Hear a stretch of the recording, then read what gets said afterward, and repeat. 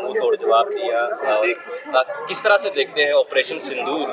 बड़े स्तर पर किया? ये ऑपरेशन सिंदूर हमारे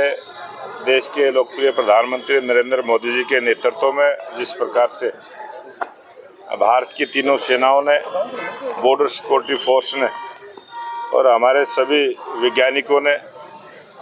पूरी तकनीकी के आधार पर भी और पूरी कूटनीति के साथ आतंकवाद को ख़त्म करने के लिए जो पाकिस्तान की भूमि से जो आतंकवाद पनप रहा था उन सब के ठिकानों को ध्वस्त करने का काम किया। कम से कम 100 आतंकवादियों को मौत के घाट उतारने का काम किया। और जो दुनिया के देश जो देखना और सुनना चाहते थे वो देश के प्रधानमंत्री नरेंद्र मोदी जी ने कल राष्ट्र संबोधन के समय शाम को 8 बजे वो सारी बातें स्पष्ट की है कि ये आतंकवाद के खिलाफ लड़ाई है और जल और खून एक साथ नहीं बहेगा, वार्तालाप भी, व्यापार भी और आतंकवाद भी एक साथ नहीं चलेगा। इन सब बातों का संदेश दिया है और मैं ये मानता हूं कि आज देश की 140 करोड़ जनता देश के प्रधानमंत्री नरेंद्र मोदी जी के साथ है, सभी एकजुट होकर देश की सेना के साथ है और उसी का परिचय ये तिरंगा यात्राएं सैनिकों के सम्मान में, सैनिकों ने जो पराक्रम करके दिखा, जिस साहस के साथ, जिस चतुराई के साथ पाकिस्तान की हर उस चाल का जवाब दिया कि उनका कोई भी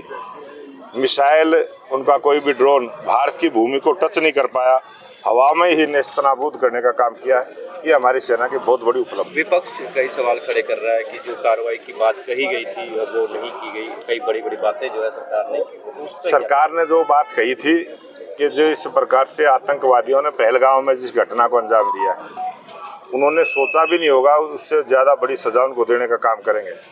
और उसका परिणाम है कि वह दूसरे देश के घुसकर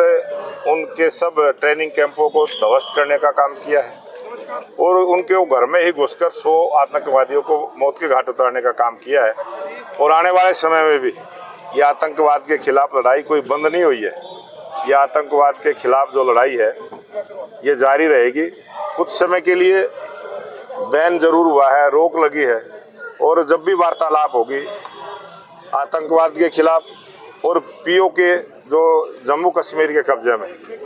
जो जम्मू कश्मीर का हिस्सा जो पाकिस्तान के कब्जे में है, उस पीओके की बात भारत सरकार करेगी।